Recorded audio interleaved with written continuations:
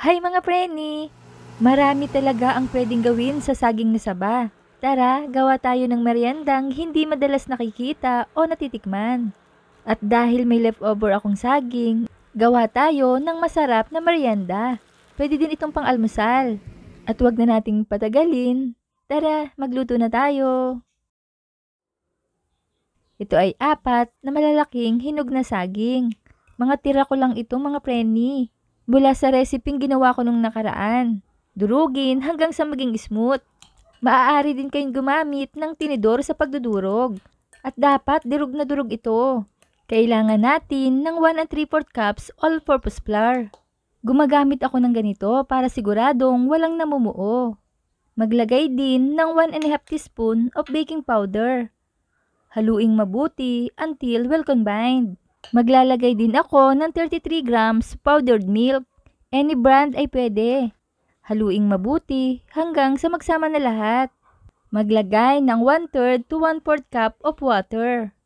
Tansyahin nyo na lang. Kailangan kasi hindi masyadong malabsa ang ating dough. Ayan, at ilagay na ang 1/2 cup of glutinous rice flour.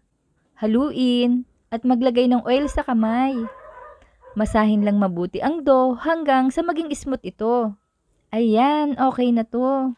Mag-scoop ng 2 tablespoon mixture at ilagay sa parchment paper.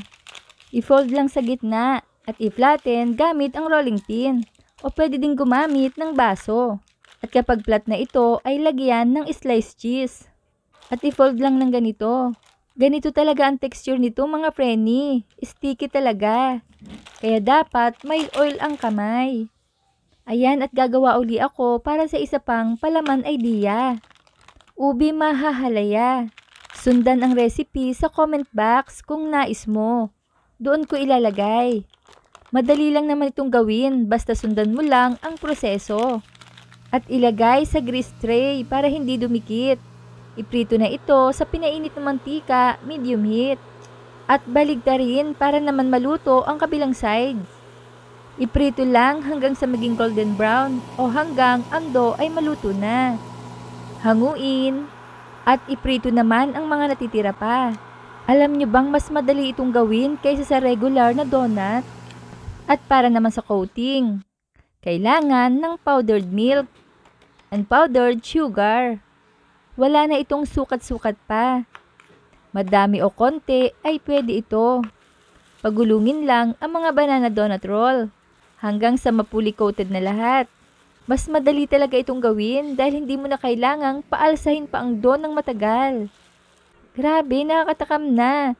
Tingnan nyo mga preni yung texture nito. Ganito oh. Ito naman yung cheese. O diba, sure ako di mo pa ito natitikman. At ito naman yung pinaghalong cheese at halaya. Super sarap, promise. Magugustuhan ito ng mga kids. Kaya i-like, i-share at i-follow nyo na ako.